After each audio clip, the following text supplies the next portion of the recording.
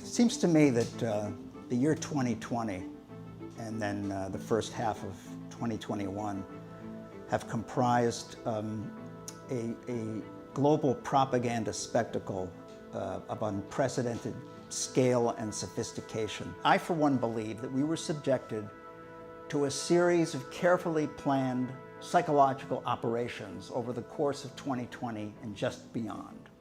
I think it started with the rollout of the virus.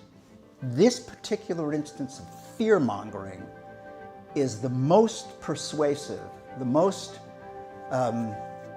compelling, the most devastating kind of fear-mongering that's ever really been used in the history of propaganda, and that's really saying something. We've seen the fear propaganda move from the Hun to communism to terrorism, but now it makes the crucial move to the thing itself, the thing with which previous enemies have been compared. The evocation of the virus, which is all around us, was enough to turn the wits of millions of highly educated people.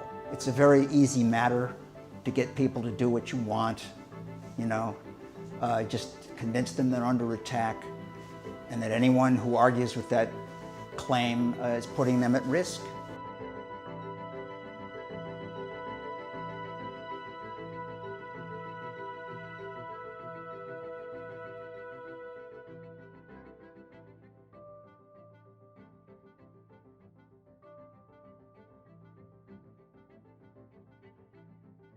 So today we're talking to Professor Mark Crispin Miller about the assault on free thought and free speech.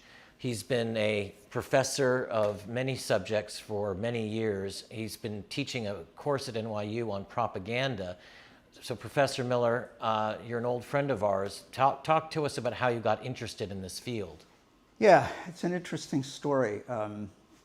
Before 2005, I was regarded as an edgy but acceptable media critic, and was therefore allowed to write op-eds for the Times. I wrote 4 or 5.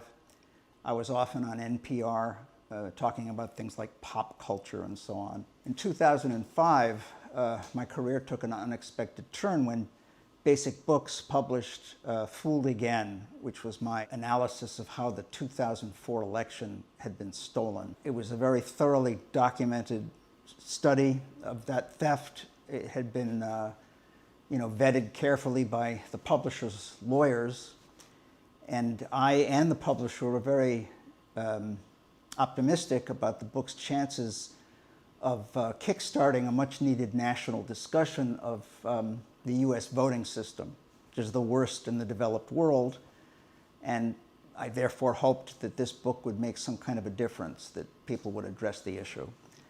Well, it didn't happen. Much to my surprise and the publisher's surprise, the book was pretty much blacked out by the corporate media.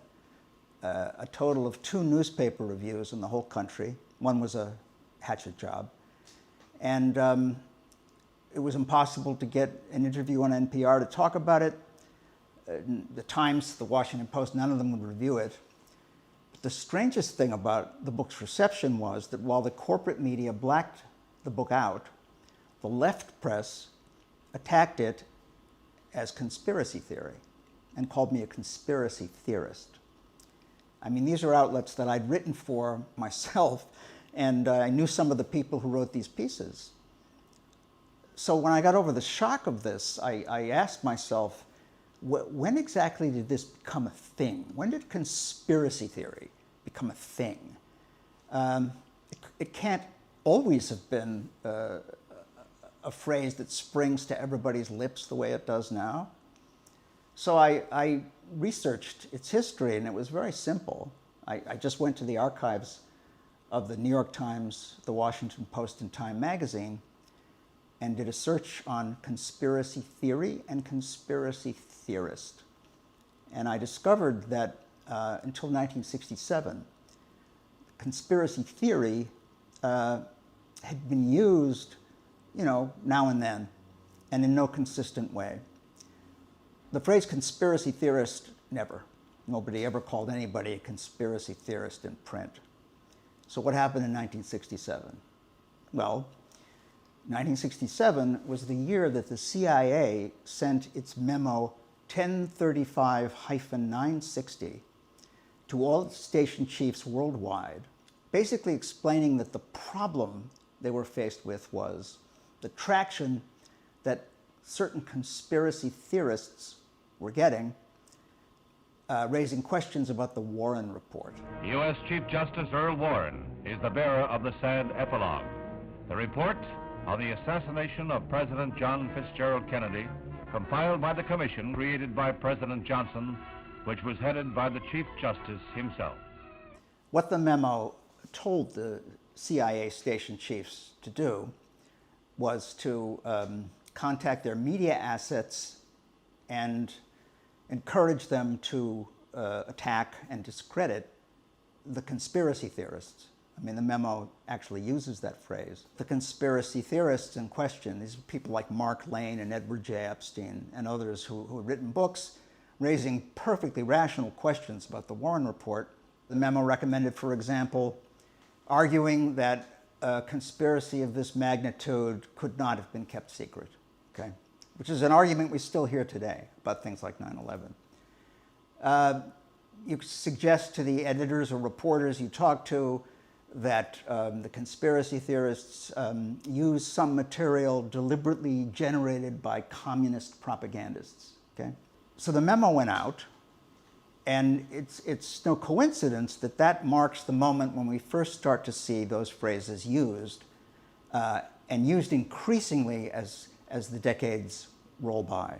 It seems clear to me that we're moving to a kind of crisis point in the deployment of that phrase, because the authorities, the press, the state, now use the phrase openly and explicitly as... In reference to who? Who are they labeling with that phrase? Well, anyone who raises questions about the prevailing propaganda narratives is a conspiracy theorist. They happen to be anti-vaxxers and conspiracy theorists, with reasons varying from general skepticism to conspiracy theories. A new wave of conspiracy theories that have been shared through social media. And COVID-19 is acting as an accelerant to conspiracy theories. Conspiracy theories, voted definitely true by dipshit Uncle Quarterly. Evil theories about, did we create the pandemic? Are we trying to profit from it? If you go online, there's no shortage of conspiracy theories. All right, so here's one. The virus was bioengineered in a lab. These clean-cut conspiracy narratives are designed to prey on your pre-established suspicions. Let's start with the most widespread theory, that the virus escaped from a Chinese laboratory. It's very, very strongly leaning towards this could not have been artificially or deliberately manipulated. Something you probably have heard from a certain corner of the right is this theory that the coronavirus, quote, escaped from the lab.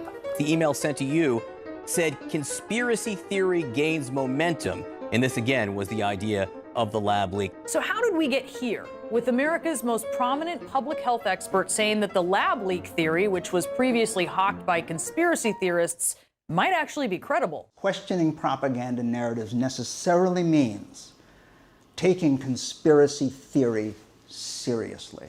When someone calls you a conspiracy theorist, they have already lost the argument, because that epithet is a way to prevent discussion from taking place. And a lot of these fact checks, and that kind of thing that are now, dare I say, pandemic, you do a search on practically anything that's controversial, and what Google will give you first is page after page of denials and rebuttals and fact checks and all that kind of stuff, right? You have to go way, way, way down to find the actual story itself that's being called a hoax, right? Well, that's because in defending the propaganda narrative, they don't have an argument. They don't have a defense. They have none. They have none. So they basically try to fill people's minds with derisive portrayals of the people, raising the question. It seems to me that the year 2020 and then the first half of 2021 have comprised a global propaganda spectacle of unprecedented scale and sophistication.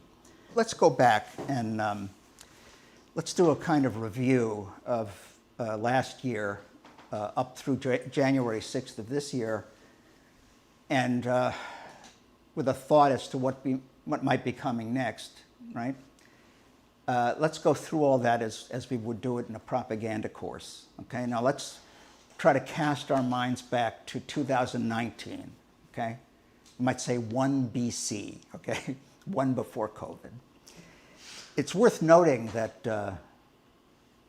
2019 was characterized at the end of the year in a pretty perceptive article in Extra, which is the magazine of fairness and accuracy in reporting, noting that 2019 would go down in history as the year of the protest.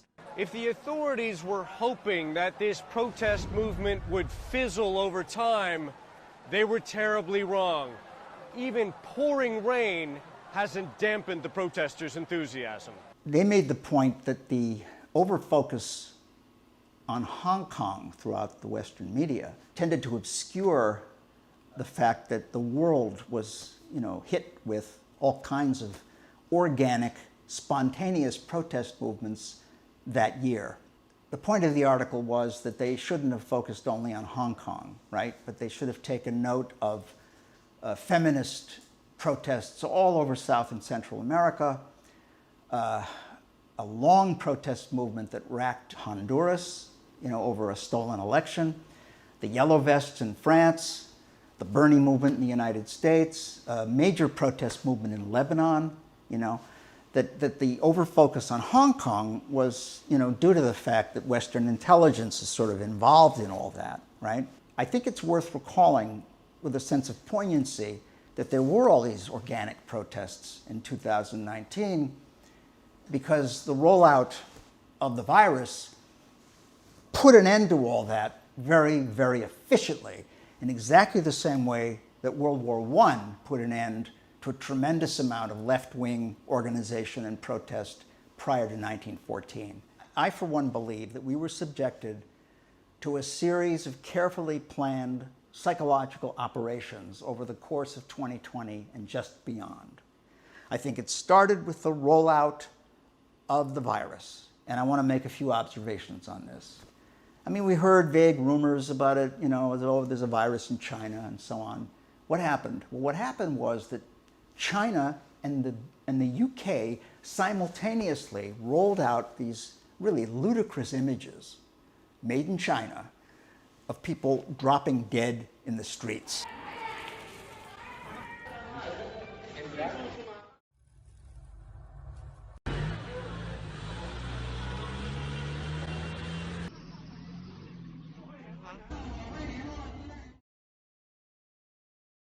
Nobody drops dead of COVID-19 in the streets. But, nobody knew that at the time because we didn't know what COVID-19 was or supposedly was. We had no idea. So there are these creepy images of people, China has identified the cause of the mysterious new virus. Coronavirus. Coronavirus. There are fears a rapidly spreading virus has reached Australia. This is a rapidly emerging situation. There is not a cause for alarm. The first US case has been detected. There's confirmation the coronavirus has reached Australia. China is urging its citizens not to travel abroad as it struggles to contain the virus. I have today declared that the coronavirus presents a public health emergency in the United States. Countries around the world have now reported more than 1 million coronavirus cases. This particular instance of fear-mongering is the most persuasive, the most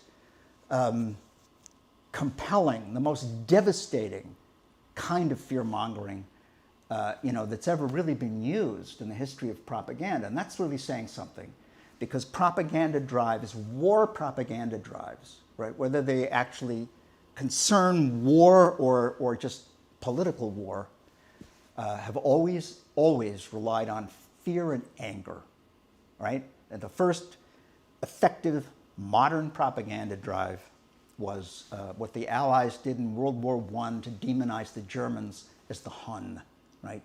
these stories, these horrific, nauseating stories of atrocities in Belgium, right? The rape of Belgium. They supposedly impaled babies on bayonets and cut off the breast of Red Cross nurses and crucified a Canadian. They made all these stories up, completely fabricated. The German army was fairly ruthless in Belgium, yes, but they did none of the things they were accused of doing. And almost no American reporters told the truth. There were a group of 5 who went over there, distinguished investigative reporters.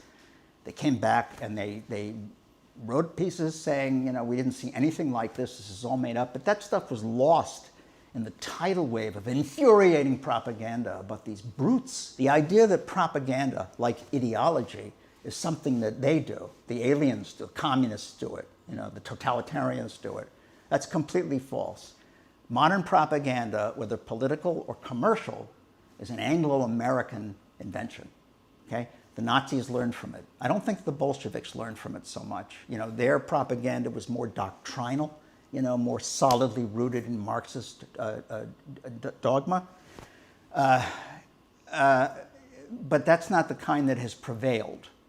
And so what distinguishes this one from, the COVID propaganda drive, rollout, from, say, the World War I propaganda? What makes it so much worse? Well, we can regard the history of fear-mongering in propaganda as a process of making the enemy ever more inchoate and pervasive, okay? I mean, the Germans, there they are on the battlefield, right, with their helmets and all that stuff. That's a nation at war, okay? That sort of gives way a few decades later to the specter of communism, right? So the enemy becomes Soviet communism, which is already more demonic than the Hun, because anybody you know, your mailman could be a communist, you know? This is the kind of thing that Hoover... Right, he compared it to an epidemic, didn't he? He did. Communism in reality is not a political party. It is a way of life, an evil and malignant way of life. It reveals a condition akin to disease that spreads like an epidemic. And like an epidemic, a quarantine is necessary to keep it from infecting this nation. We've almost gotten right down to the metaphor itself, haven't we? That's exactly right. The one we all know is the specter of terrorism, right? 9/11 now conceives the enemy as almost as an abstraction. You know, it's terrorism, a war on terrorism, a war on terror. It's an abstract noun. Right, it's an abstract noun. It makes no sense. Our war on terror begins with Al-Qaeda, but it does not end there. It will not end until every terrorist group of global reach has been found, stopped, and defeated.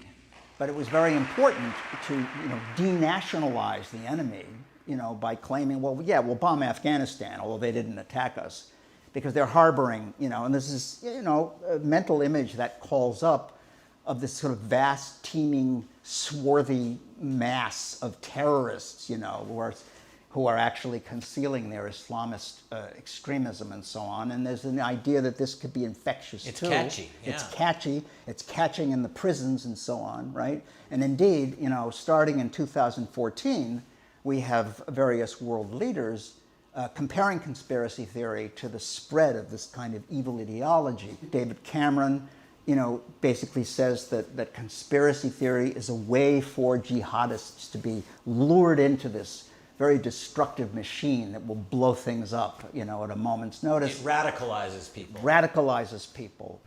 We know this worldview, the peddling of lies, that 9/11 was somehow a Jewish plot, or that the 7/7 London attacks were staged.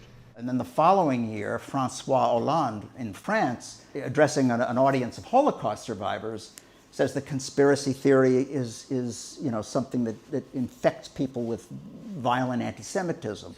Anti-Semitism. It has changed its face, but it has not lost its roots of thousands of years. Some of its methods have, sadly, not changed since the beginning of time. It's still conspiracy, suspicion, falsification. So we've seen the fear propaganda move from the Hun to communism, to terrorism, but now it makes the crucial move to the thing itself, the thing with which previous enemies have been compared, right, in a way that makes them seem ripe for extermination, right?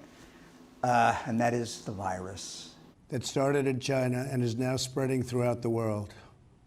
Today, the World Health Organization officially announced that this is a global pandemic. We have been in frequent contact with our allies, and we are marshaling the full power of the federal government and the private sector to protect the American people.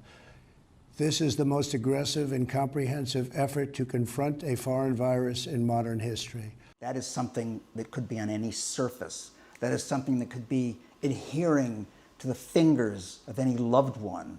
That's something that's coming out of the lungs of our fellow citizens. People passing us on the street could infect us with this so that we die in agony, like those people who died of the Spanish flu, right?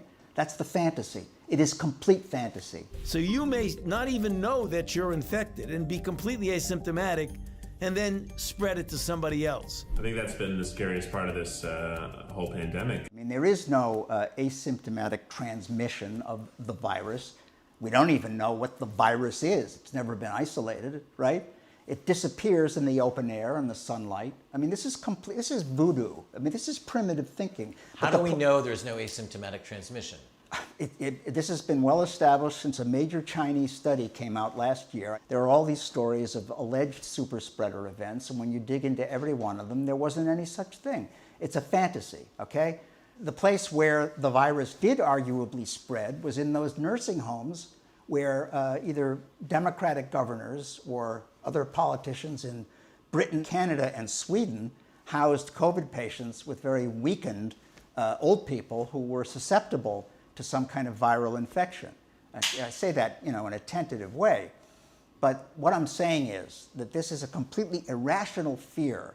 It is a kind of primordial fear. The reason why the people you and I know who've understood every previous charade have fallen for this one is because they're panicked, right?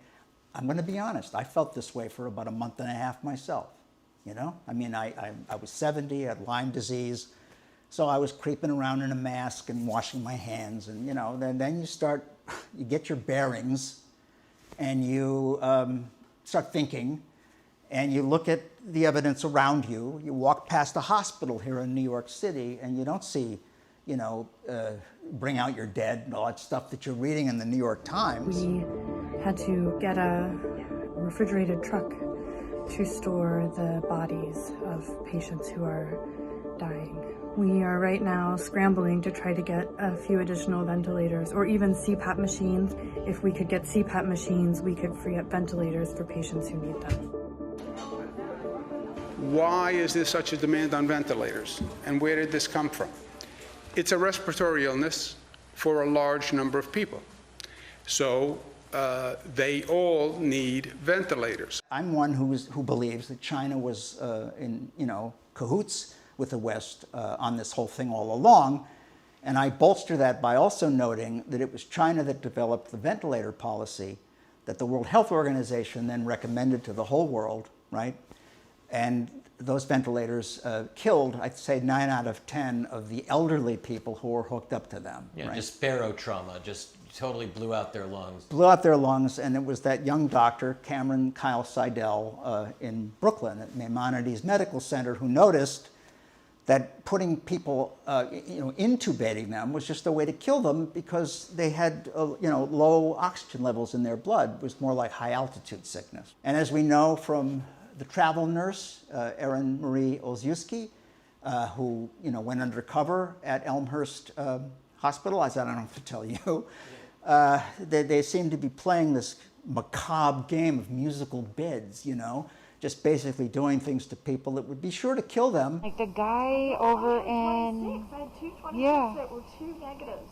and they end up positive. Like the guy over in 29, I had him upstairs because I was on CCU before it. Yeah. And he came in with a stroke. I know, that's what 26-1 was, a stroke. And no COVID. And now he's got COVID and he's on a vent. Oh Well, because we gave it to him here. My bigger problem with this whole scenario is when they intubate people who don't need it. Yeah. And it looks very clear to me that they're just pushing it. It was like the day before intubation, he was fine on the rebreather. And then they intubated, and then he got a pneumo, and then they put in a chest tube, and then it's been shit. And now he's 37 years old and dead. That's what I'm seeing, like all these negative tests, and they're putting them on these vents. Hopeful that they'll get it. They're being put on these COVID floors. It's murder. It straight up is.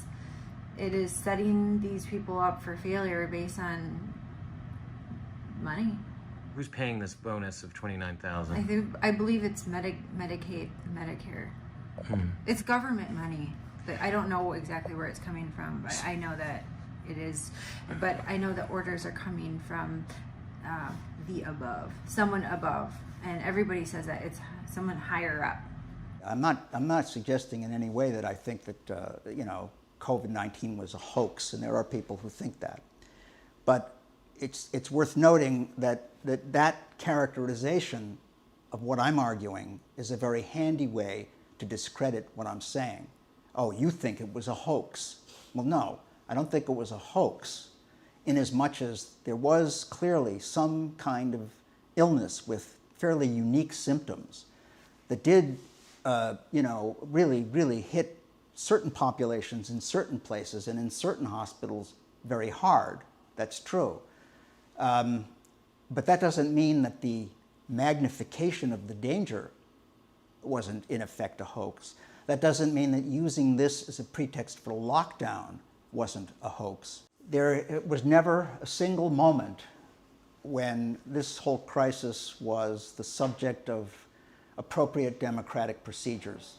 Not once. They never had hearings with people on all sides. They never listened to anybody but Dr. Fauci, right?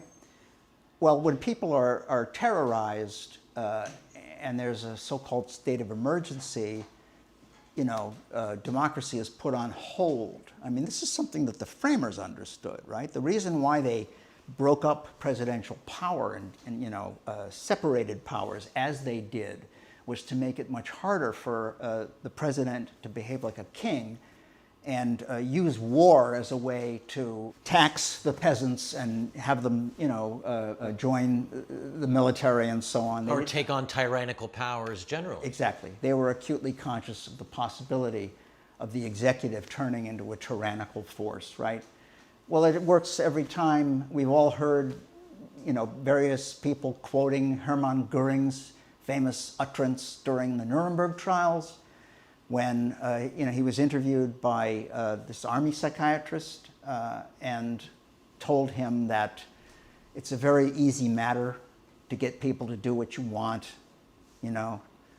just convince them they're under attack, and that anyone who argues with that claim is putting them at risk. The psychiatrist, and a good American, objected that that wouldn't happen in the United States because we are a democratic republic, blah, blah, blah. And Goering, with a kind of weary cynicism, waved that away and said, it doesn't matter what kind of government you have. It can be communist, it can be fascist, it can be democratic. You just convince people they're under attack and you can do whatever you want, okay? So again, the evocation of the virus, which is all around us, was enough to turn the wits of millions of highly educated people, got them doing the most perverse things that they're doing even now, masking their children, right? These are people who don't seem to do any study whatsoever. If they did, they'd know that children have strong natural immunity to COVID-19. They don't get it and they don't transmit it. They would also know that masks don't work. They would also know that masks make you sicker, that they weaken your immune system, that they dull the wits through hypoxia. They would know this, but they don't, because all they do, all they read, all they watch is their favored media outlets, which are all saying the same thing. It's as if people have been under hypnosis by the media, and it's based, again, on panic. It's based on fear. If you're sufficiently terrorized by the images, and it is the images, and it is the words, right? And the numbers on the screen. The numbers on the screen, it's constant, it's unremitting, it's one-sided. Those are all characteristics of a successful propaganda drive. They're the same characteristics that the Nazis used in their propaganda drives, and the German people too were under hypnosis, right? And at that, I mean, a lot of them, especially the uneducated ones, didn't even really become anti-Semitic, you know, but they just kind of gave in because they were surrounded by peer pressure and physical threats and stuff like that. But, you know, I used to think it was tasteless to compare our system and our lives and our society in any way with the Nazis. I no longer think that. I now understand perfectly how that happened, because the same thing is happening here, right? People have been so terrorized by the plague of COVID-19 that they have been desperate for those injections.